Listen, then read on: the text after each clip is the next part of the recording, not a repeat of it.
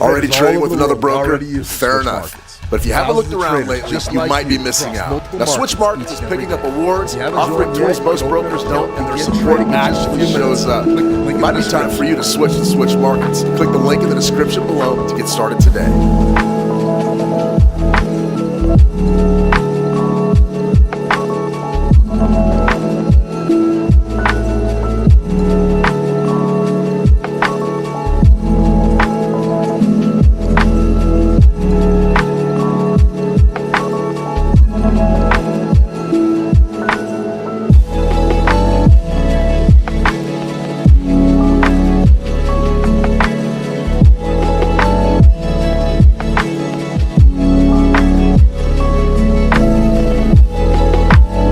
Already trading with another broker? Fair enough. But if you haven't looked around lately, you might be missing out. Now, Switch Markets is picking up awards, offering tools most brokers don't, and their support actually shows up. It might be time for you to switch to Switch Markets. Click the link in the description below to get started today. Hello, everyone. Welcome back to the Trading Room. I'm Shane Vernier, and this is the U.S. Mid-Session Brief. Today, we're going to be looking at a little bit of price action early in the session. Now, typically, we come on a little bit later, but today, I wanted to get in on what I think is going to be some pretty good trading. So what we're going to do is we're going to dial up a few ideas. We're going to see about that 15-minute 2-bar orb. I want to run that on the U.S. 500 here momentarily once our bar sets up. And then, okay, there we have it. So let's go ahead and get to a price action here, and then we'll circle back around and take care of the formalities. But 2-bar orb, we're doing a live workshop that's going to be on Thursday. I'm going to tell you all about this strategy if you don't already know, but this essentially is what it is. 2-bar orb right after the opening range breakout strategy. There's bar 1, opening bell ding ding. There's bar 2. Interesting, sort of a leg up today after a negative Monday session that really had to do with more, I would call it renewed hostilities in the Strait of Hormuz. Big news, though. Big news just broke about, 10, 15 minutes ago. There's a lot to talk about with are we going to end the ceasefire or aren't we? I think just by looking at this U.S. 500, there is a lot of angst and a lot of really positive sentiment regarding potentially the ceasefire continuing, even though we had a kinetic exchange yesterday between Iranian and U.S. forces. So I did want to get started with this orb. Remember, we've got a live trading webinar. It's going to be Thursday exclusively on the Switch Markets YouTube channel. Be sure to check that one out.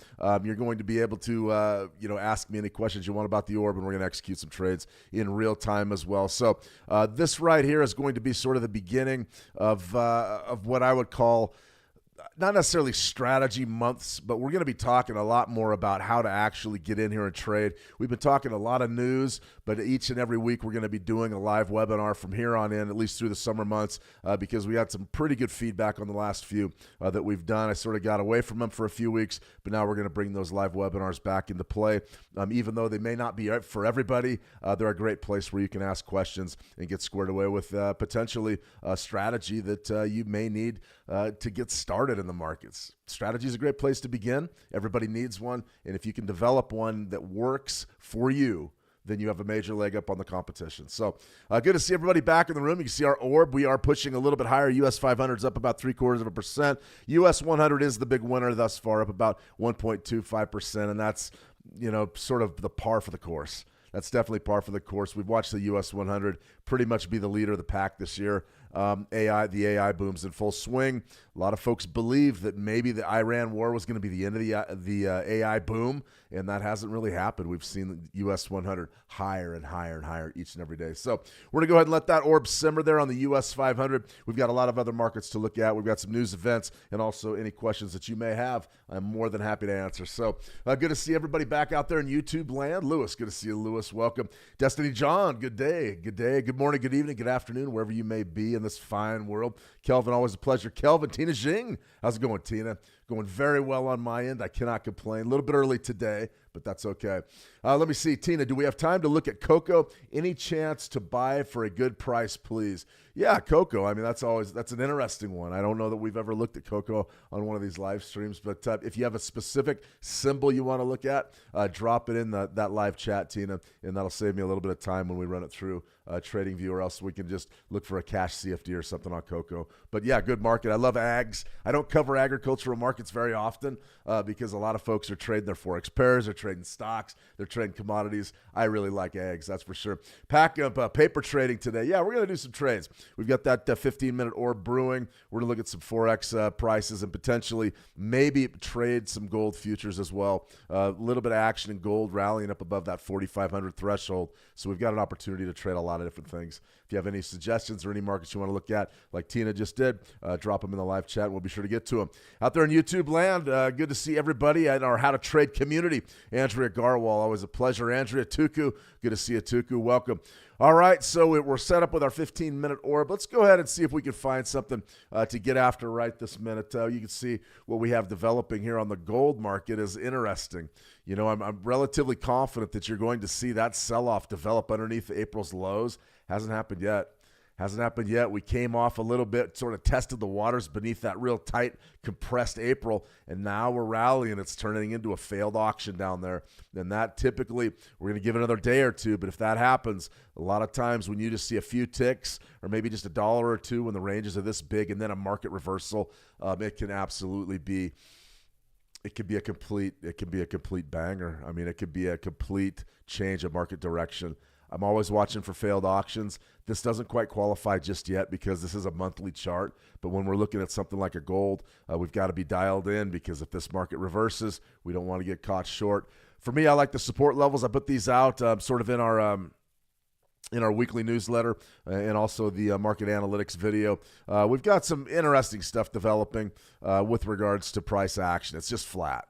And I think we're going to get a move this month. I think. But I'm pretty sure that we're going to get a move out of gold at some point in May. I think that's a safe bet. But right now, it's already the 5th day of May, and nothing's really shaking, and the gold market's still very flat. I like support if we reach a level of disequilibrium down there at about 44.30-ish, 44.32-ish. I really like that area of support. Also, our 13-month EMA is one to look at for this month as well, 41.62. That's a significant move from where we're at right now, about $400. So I'd be watching that closely as well. And then support way down the queue. Maybe if the world really changes, we'll get an opportunity to bid that monthly 62%. I think those are all bids. I think those are all viable trades and ones that we probably should be looking at. Okay, that's a long-term look. Let's take this right down to a 30-minute chart and see what's happening with our current gold market dynamic. Now, TPO charts, I would not put them to work on an OTC market like the XEU USD spot gold. I wouldn't do it. The volumes, they're not good enough. So remember, TPO charts, it's all about volume. We'll circle back around to that maybe a little bit later in the week. But what we have developing right here in gold is just sort of an up day. Nice big break starting at about 7 a.m. Eastern. Sort of a rally, compression. Really an according to Hoyle uptrend. If you're looking at the U.S. session exclusively, right in here is the opening bell ding ding. Then you sort of got a real tight area right there. So what can we really do here? Well, we can do a lot of things. For me, gold always starts before the market. I'm always looking to start gold, typically with my trading day right in here somewhere. But 5 a.m., you can see that's when we got our first big move, 5 a.m. my time. Now we're rallying. So for me, I'm looking to get in here and potentially buy a pullback. I like the price action, the way things have developed here today. You've got a nice uptrend. Pretty good market symmetry, sort of a little bit of a sweep right there that sort of broke our uptrend symmetry per se, but we still are grinding higher. I would take a look at that entire range, somewhere right around 45.67. That's not a bad area, but you'll notice, I mean, this has been the deal with intraday gold and gold across the board. We run and then we rotate, and we've really slowed down here. We've really slowed down. Early March was crazy. February was good for gold. Just wild market action. Late January was great. And now we've really started to get into that compression pattern that we saw pretty much the entire way last summer. So we're not there yet. I'm not willing to call this market dead forever. I do believe we're going to get a move, but this is exactly what's happened. You're getting these runs, and now we're rotating. Two very tight 30-minute bars. So what can we really do to align ourselves with the pressure? You know, the bidders are there. I'm thinking that we're going to buy pullbacks. 38%, probably a pretty good scalp for us. So if we were going to execute this trade, I would be going right over to my paper trader. Remember, everything I do on here is paper. I'm not a signal provider or a financial advisor. I'm not going to give you investment advice or anything of that nature, but I can show you how to execute trades. Looking right in here somewhere, probably right around that area right there, 38%. And that's going to be your buy limit order. And you just want to be waiting there potentially to get an entry if we do get a pullback. Very, very tight trade, though. We're not going to sit around and wait for this thing to make a decision to move $50 higher or something like that. We're in and we're out. We're looking for a nice tight scalp with the pressure. And one of the things about Fibonacci's is if this market does move higher like it is right this minute, we're going to have to readjust our entry points. So that's sort of a good look at how I would be looking to trade this market this early in the session. Great time to be trading gold. A lot of price action there, and I think you're going to get an opportunity potentially to make a few trades. So we'll watch that closely. Let's get on out to gold futures. This is one of my favorites. I like the futures contracts for a lot of reasons. Number one, they're exchange traded, so I know exactly what the volumes are, what exactly the volumes look like. So for me, it's very obvious pretty much when to start your trading day. It's when the volume picks up. Typically, that's going to be right around 8 a.m. Eastern, 6 a.m. my time out here. I'm in the Mountain Time Zone, and you can see that really is what I care about. Now, we went a little bit bigger. We used the entire range on that spot gold. There's nothing wrong with that. Absolutely nothing wrong with that. But for me, I want to get involved right when the volume kicks off. And typically, that's about an hour and a half, about 90 minutes before that U.S. Open, that Wall Street Open. So right here, we're looking at the market saying, okay, what can we really do to develop a trade? It'd be the same basic game plan. Nothing really too fancy about it. However, we can incorporate TPO charts, time price offering charts, which do give us a good idea of where the volume's been. Now, a little bit, I don't know necessarily that these are, we could say a lot of things about TPO charts. And I always just look at it sort of in the aggregate. I'm always looking to see where that point of control is. You can see it's colored a little bit different. But right in there is where we've done a majority of our business during that overnight. And that's really going to set us up for potentially pullback buys, maybe rotation, something of that nature. So for me, when I'm looking at this gold chart with a TPO, time price offering, which essentially is a market profile, all I'm looking for is the volume distribution. Think of TPO charts essentially as just the volume indicator turned on its side. You're just judging volume instead of time period. You're judging it at price point. In many ways, I like that better than time period. But you can see right here, we're building an interesting dynamic here. In this gold market, we're looking for potentially a nice pullback bid here. Probably right from your point of control, be right around 45.63. So we still could use our Fibonacci's with the TPO charts as well and just try to build as strong of case to buy this thing as we possibly can. Somewhere right down in there is probably your better entry. I still think we can get away with scalping 38% up there, but we just got to wait and see if this develops. TPO charts early in the day for me are not that great. I like to use them later in the day, maybe in about 3 hours or so when we usually do our live streams. That gives us a much better opportunity to see sort of the dispersion, the distribution of volume, traded volumes. That's big. That's always been a big deal to me. I really do like TPO charts. Maybe we'll do some tutorials or something on it, but get a lot of questions on those. So I'm more than happy to dive into there. So that's sort of our trade on the board right there for gold. Let's see. Pack-up, good to see you. Let's see. Happy Cinco de Mayo. Yeah, it is a Cinco de Mayo, Jason Max, and I think most people, depends on where your location is. A lot of folks are headed to the bar, probably early today, going to get some chips and salsa, maybe a couple of cervezas. For me personally, it's a work day and a school night, so I'm not going to be celebrating Cinco de Mayo, but I had a fun Kentucky Derby day. That was nice. But if you guys are celebrating today, enjoy it. Big holiday. I remember when I was young and in college, man, Cinco de Mayo was a big one. So if you're going to celebrate, do it safely and enjoy yourselves. Remember, the markets will always be there. If you have a long night tonight because of Cinco de Mayo, you don't have to trade tomorrow. Come back Thursday, come back Friday, and be ready to rock and roll. Okay, let's go ahead and take a look at that cocoa contract that Tina would like to look at. You can see right here, looks like we are going to get our breakout here in about 2.5 minutes on our US 500, so we are going to execute that. Let me make sure that we've got our paper trader up and ready to roll. Okay, right there, and we're going to dial this in. I'm going to show you exactly how to execute this orb strategy, and then we're going to go ahead and let it roll and see how it goes. 2 minutes until this sets up. Remember, if we get a bar close outside of our opening range, then it's on, and we're going to go ahead and take a shot at it. Okay, let's see. We've got gold here. Let's go ahead and look for cocoa. I've got some Forex pairs that I want to look at as well. I want to execute that gold trade, though. That would be a fun one. Cocoa. Or we've got Cocoa Cash contract from Pepperstone. Let's go ahead and just give that a roll and see what we're looking at. So Essentially, you've got an uptrend, intraday uptrend. Let's go back to maybe a daily here and take a good look. Okay, so we've got a breakout. Tina, I can already see why you were looking at this market, because it's a mover and a shaker. You see right there 5% today. I mean, that's a massive move. My guess is a lot of the cocoa is probably you're dealing with supply chain issues. You're going to see a lot of this across the ag markets. Just because of what's going on in the Persian Gulf right now. So a lot of folks are going to be looking at this area, sort of I would say a technical zone where you said, well, is it a demand zone really? No, not really. You can see a big time sell-off here, compression, and then a break. Why the compression in this zone? Why? More than likely it's a key level. Let's go ahead and put a horizontal line out there. Perhaps 4,500 may be the ticket. Let's go ahead and go with it and see where it falls. Not really. You can see that, okay, we broke beneath 4,500. Now we retraced, and that area is now topside resistance. So if I was trading cocoa right now, I would be looking to hold longs, get long, or hold longs.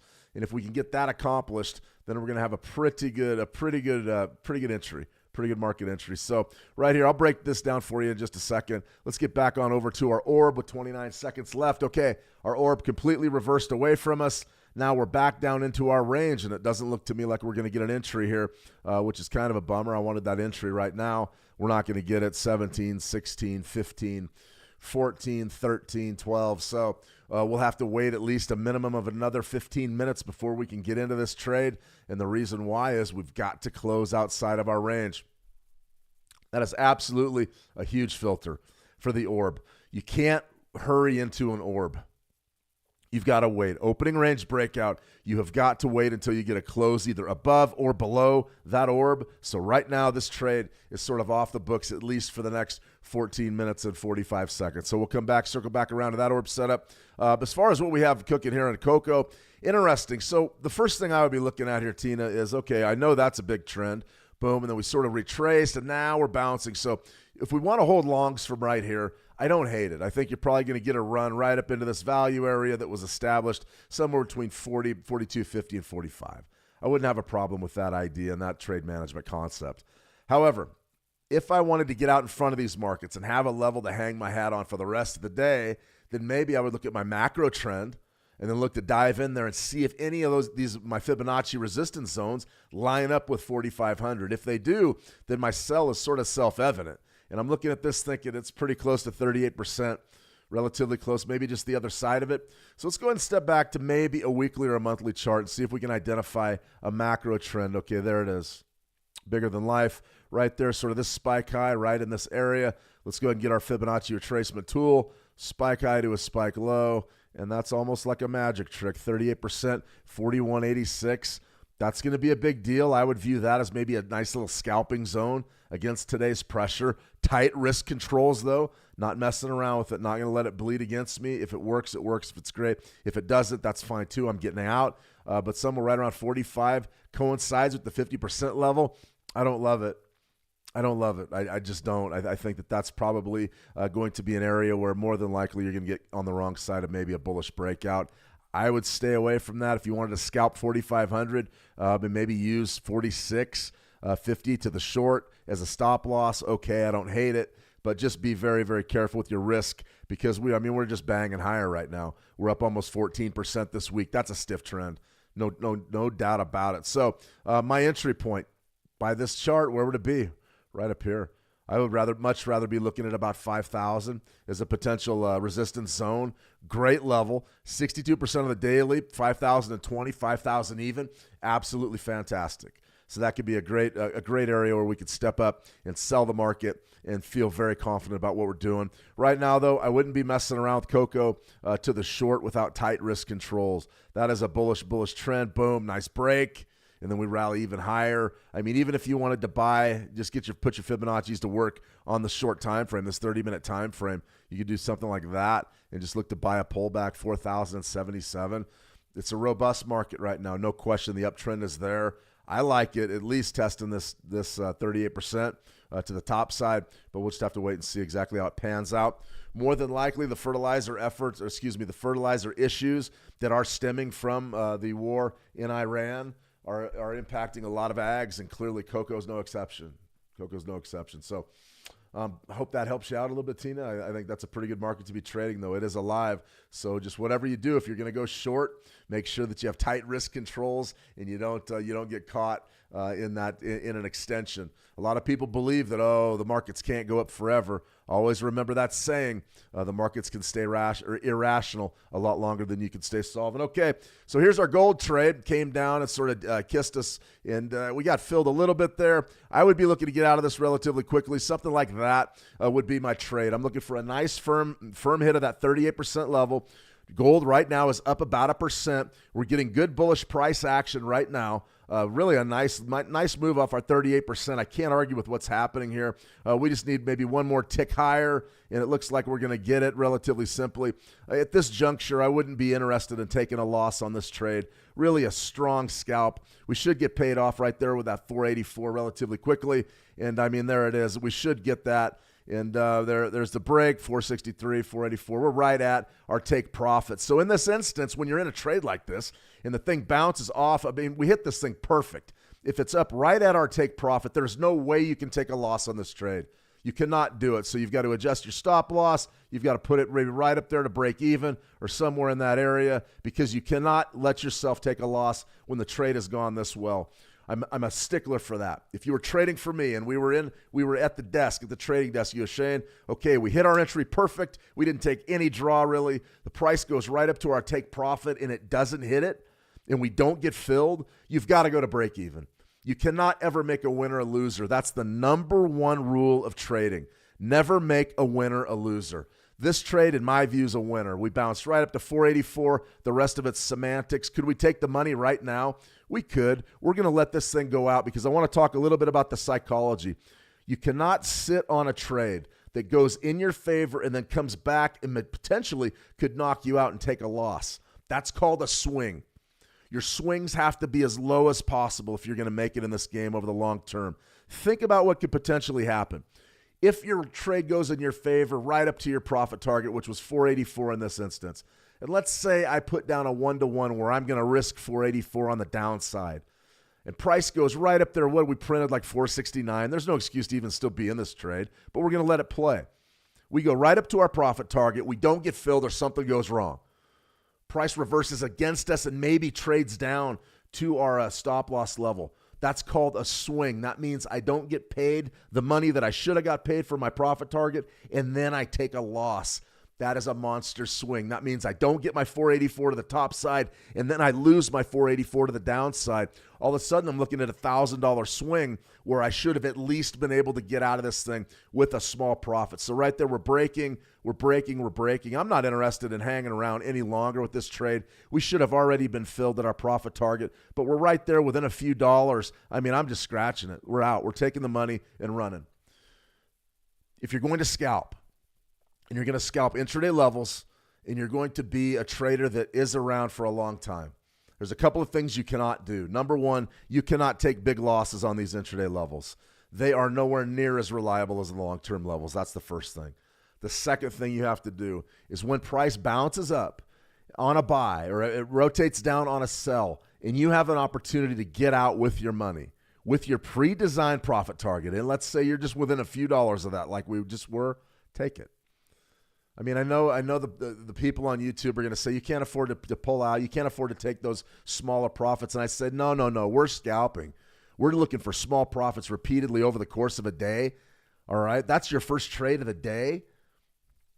A pretty good win. Look at it this way. It's not even 10:30 in the morning Eastern. We just showed up. The market's essentially at the cash open for about the first 52 minutes. You just got in there and you just hit this thing pretty well. Hit it right on the nose. You have an opportunity to walk away essentially up 500 or sit around and gamble and hope it turns higher and maybe it goes way high for you, or maybe it comes down and knocks you out.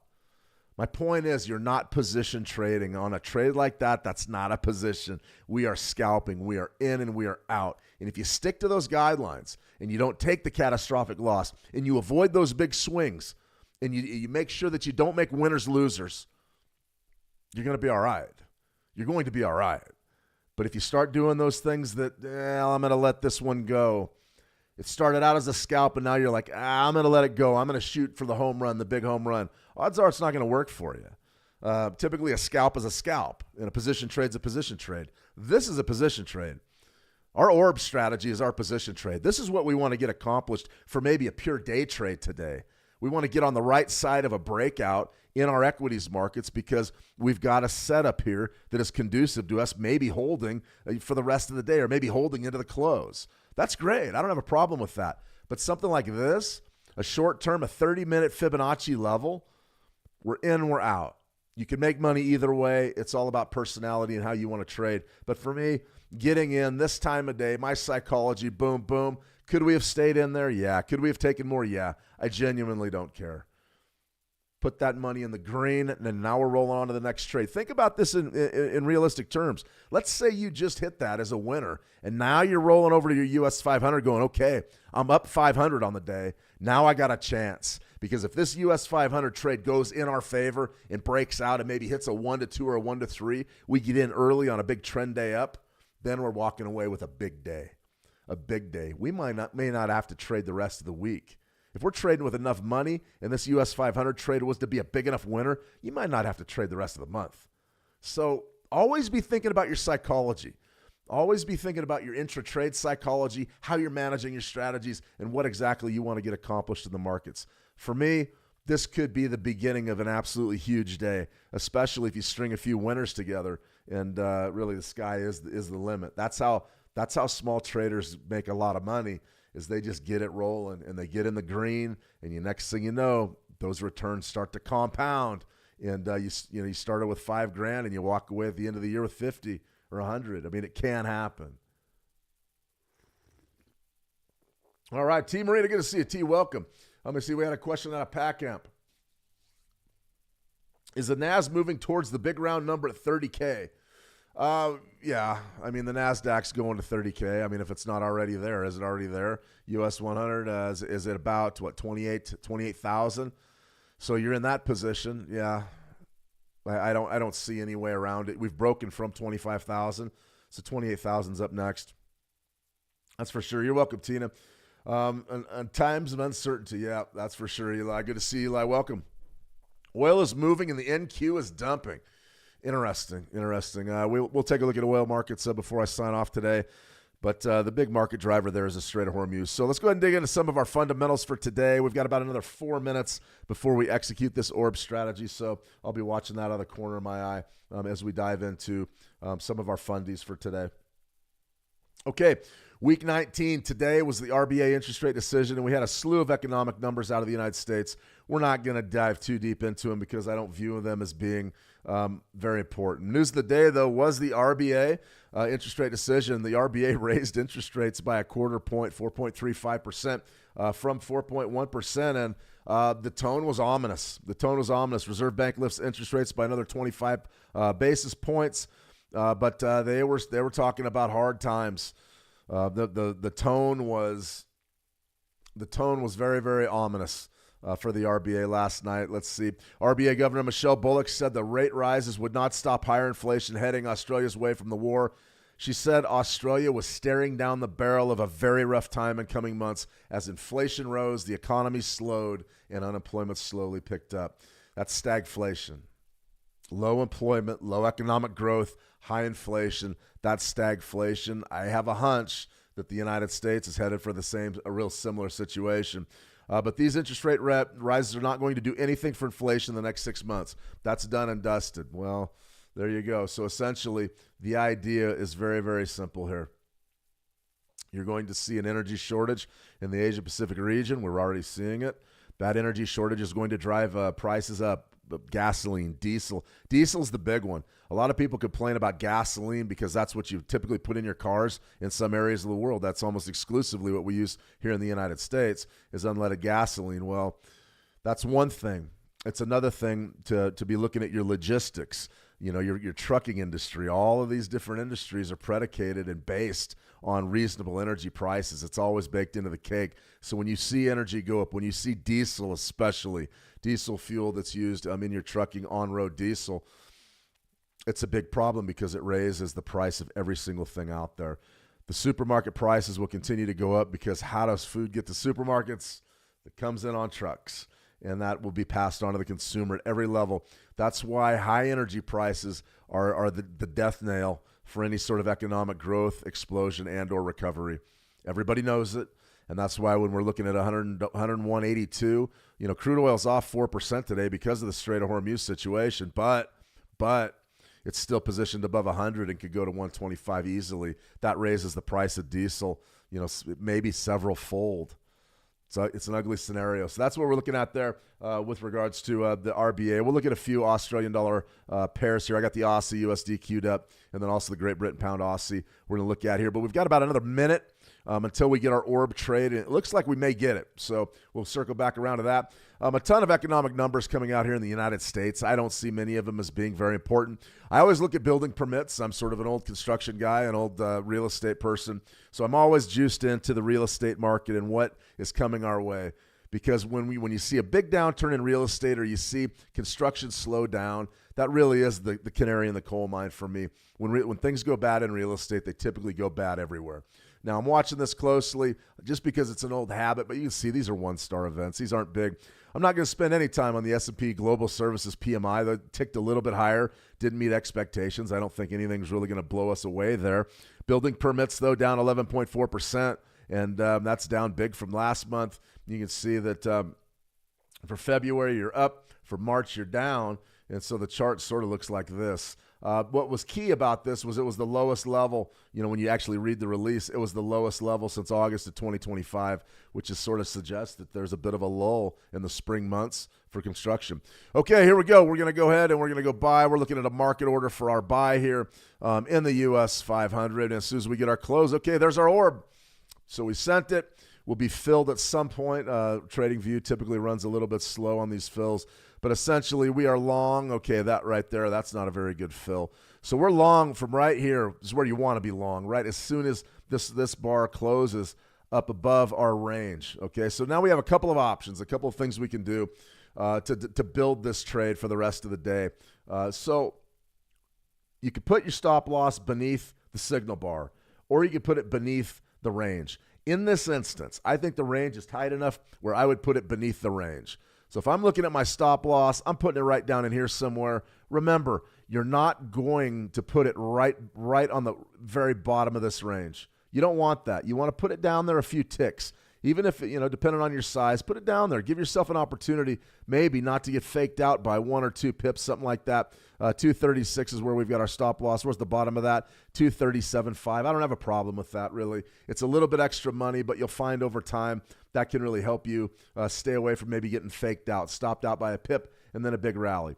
So the question now, and remember, this leverage is all theoretical. This is, you got to trade within your means, 1 to 3% of your account on any given trade. But what we have here is a big trade. I mean, my size is big, and it's because it's on a demo.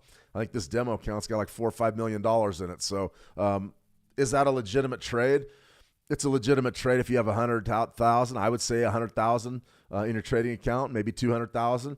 That's what these guys trade. The folks that are making the big money, they're putting five grand on the line in a given day, 10 grand on the line. That's just sort of the game.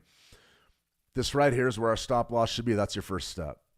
Now, the take profit is one of those that is intuitive. You can interpret it any way you want. You can put this anywhere you want.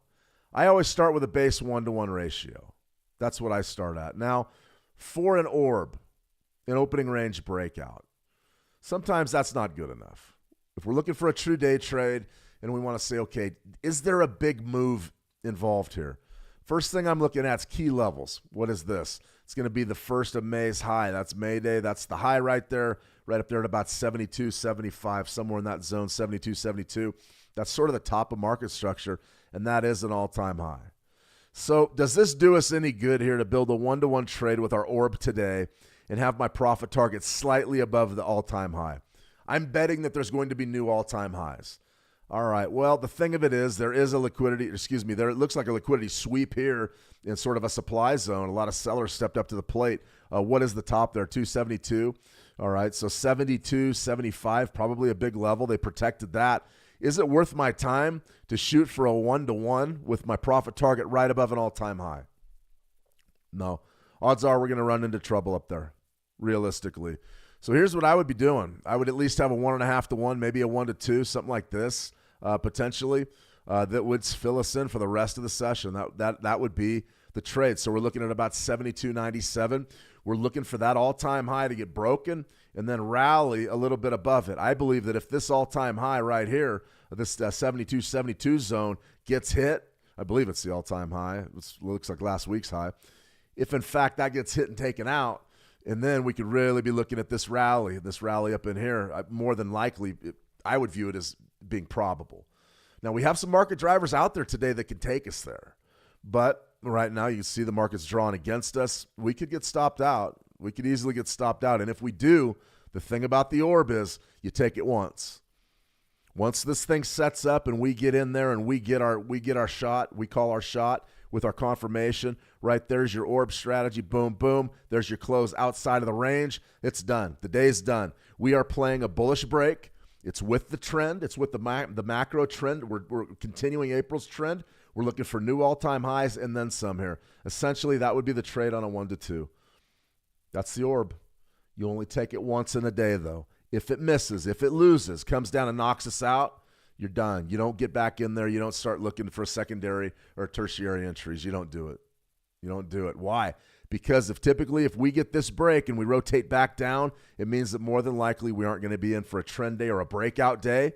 We're going to be more along the lines of a flat day. And the problem with that is if the market just goes sideways, okay, we're long, and then let's say we take a short and then we take another long. If this market turns into that barcode formation where it's really choppy, then you're just going to take multiple losses, and you just cannot do that. You can't do that when you're talking orb.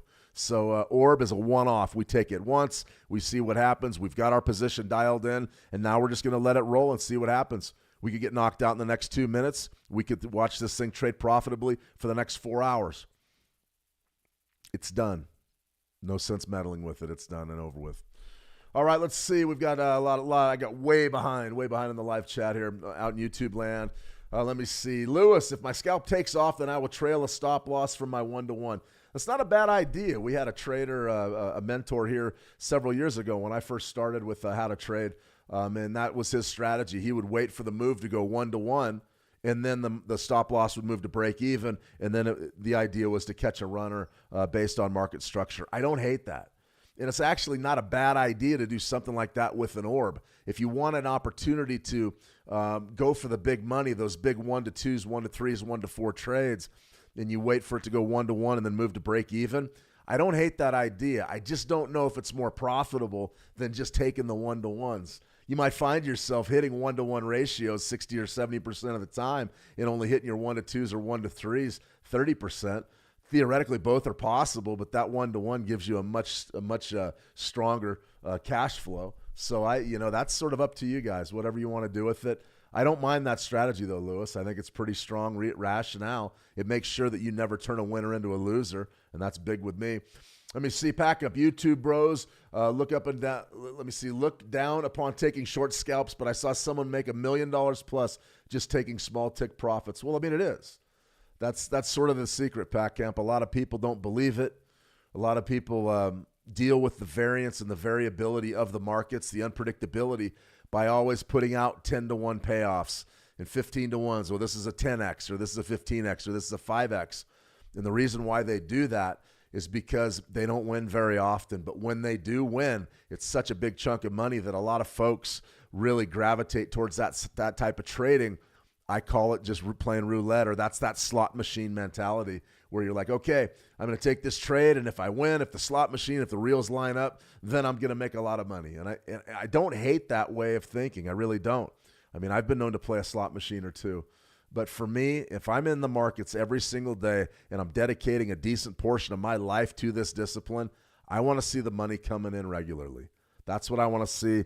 I'm not interested in sitting on my hands and taking losses for 2 or 3 months waiting for my 10 or my 100x to come in.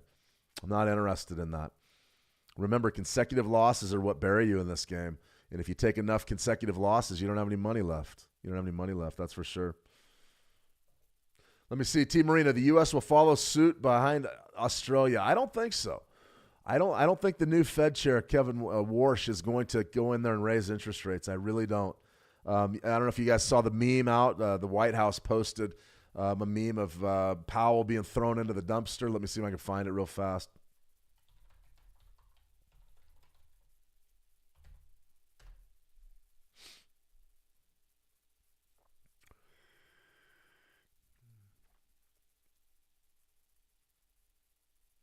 Yeah, I mean, this was the meme out earlier today. This came from the White House. This was on the White House.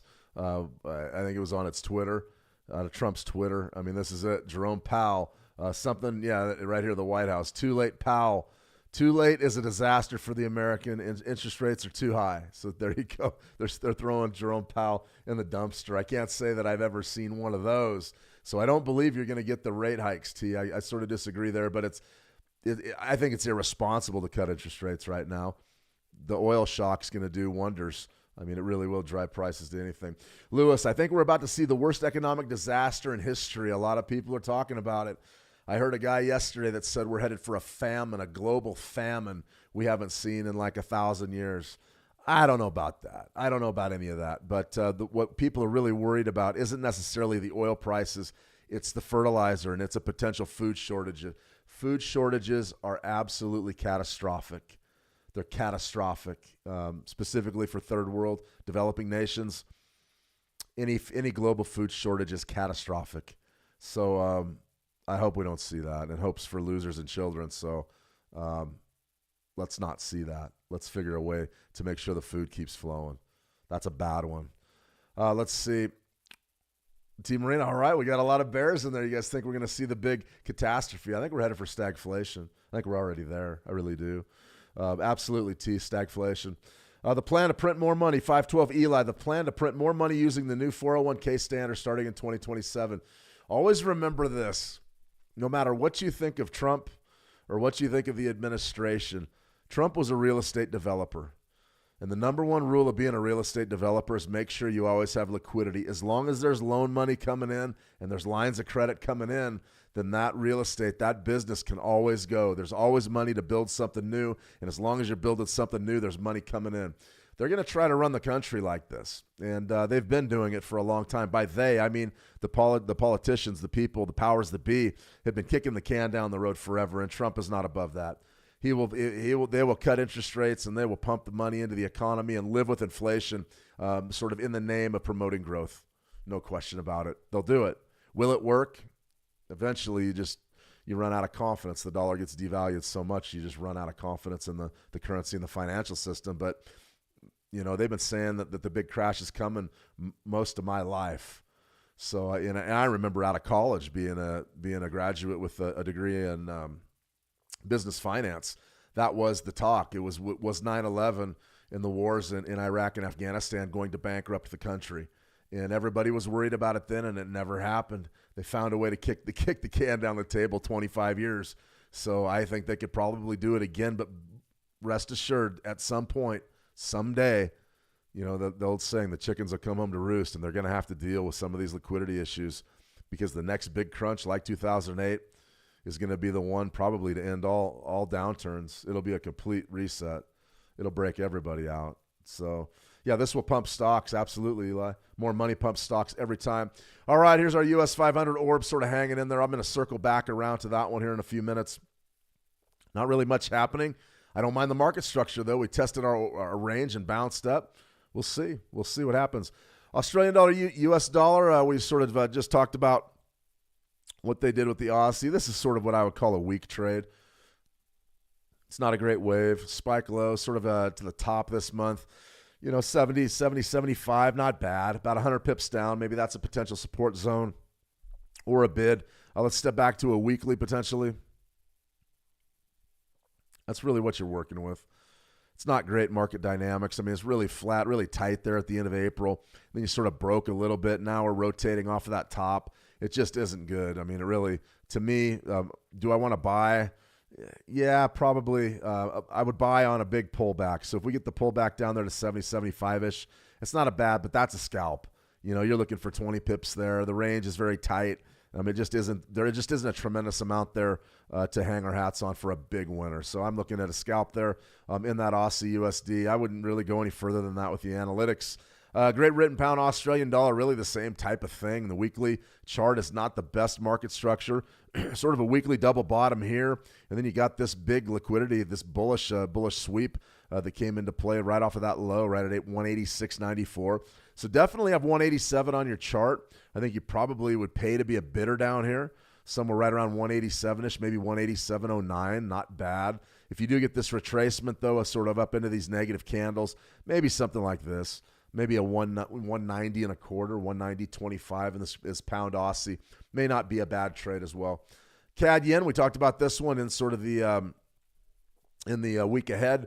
If you guys haven't seen that video, it's over on Switch Markets on YouTube. Go ahead and check it out. What do you have here? Really, you have a resistance zone that's coming our way. Daily chart setting up beautifully. Nice big move last Thursday. Compression, break. And now you're looking at 62% right up there, right around 116. We're printing 115.92, so my entry would be probably somewhere in the neighborhood of 116.09, maybe 116.10 if I want to be real conservative and wait for an exact entry. We'll wait and see what develops there. Euro, Great Britain pound. This is another really popular one right here. I covered this one in the week ahead as well, or the weekly market analysis. Switch on hot picks. This double bottom on the monthly, be careful with that one. The low is 86.12. The low there's 86.11. If you do break beneath that 86.11 zone, I would definitely be watching 86 flat closely. That's a double bottom, and if it comes off big, you're already sort of right at that 38% level. If you lose that hold here and go low, you're not just going a little bit lower, you're going a lot lower. The next port of call would be 85.50, somewhere in that zone, and then maybe 85 even, 84. Back into this golden zone is probably would be the next area I'd be looking to go long. This wasn't a bad trade, though. You did have an opportunity to bid right at 27, and you rotated up there to about 86.48. So you can see very tight between 86 and a quarter and 86.50. Excuse me. We've got the trees are popping. Everything's blooming here in Montana, so a little bit of allergies. Really tight in that area, though, 86.50 at 86.25. And now we're rotating down. I don't know. I think if I was holding longs, I would be skeptical right now.